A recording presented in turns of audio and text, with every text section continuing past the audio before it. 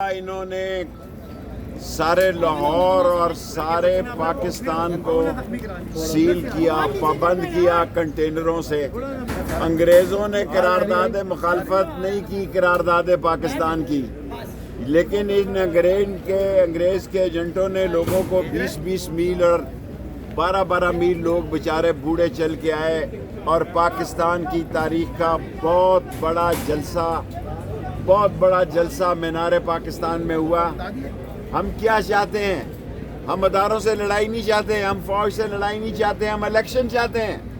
ہم چاہتے ہیں یہ 13 پارٹیوں کے چور اچکے ڈاکو لٹیرے جنہوں نے ملک لوٹا، پاکستان باہر لے گئے، ملک میں ڈیفالٹ ہو گیا، کہہ رہے جی کہ ہم نے سیاست قربان کی ہے۔ یہ سالے ریاست پہ قبضہ کرنے والے ہیں، اور ثناء اللہ جیسا اجرتی قاتل اور بدماش، اور جس نے مناج القرآن میں حاملہ عورتوں کو شہید کیا، ایسا انسان اس ملک میں قتل و غارت چاہتا ہے۔ ہم صرف الیکشن چاہتے ہیں، پاکستان کو بچا چاہتے ہیں۔ ہماری کسی ادارے سے، کسی فوج سے، کسی سے لڑائی نہیں، ہم آگے چلنا چاہتے ہیں۔ ہم چاہتے ہیں کہ 90 دن سے آگے الیکشن نہیں ہو سکتے۔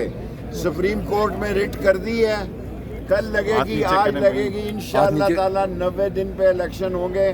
اور اگر سارے لوگ مل کر 5-10 دن آگے پیچھے کر کے ایک الیکشن کرا لیں، اس میں بھی کوئی حرج نہیں۔ ملک کے حالات، ملک کے معاملات دیکھیں، نہ سعودی عرب سے 5 ریال ملے، نہ چین سے، نہ منہ لگایا UAE نے۔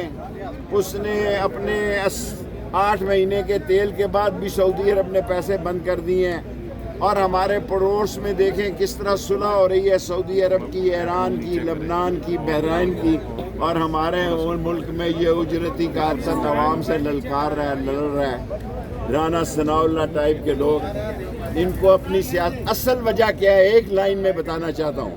جو پرسوں میٹنگ ہوئی ہے اس میں ان کو بتایا گیا ہے کہ عمران خان 71% ووٹوں سے جیت رہا ہے۔ پرسوں کی میٹنگ میں ایجنسیوں نے ان کو رپورٹ دی ہے کہ پہلے وہ 65% پہ جیت رہا تھا، اب 71% پہ جیت رہا ہے، اور یہ الیکشن سے بھاگ گئے ہیں۔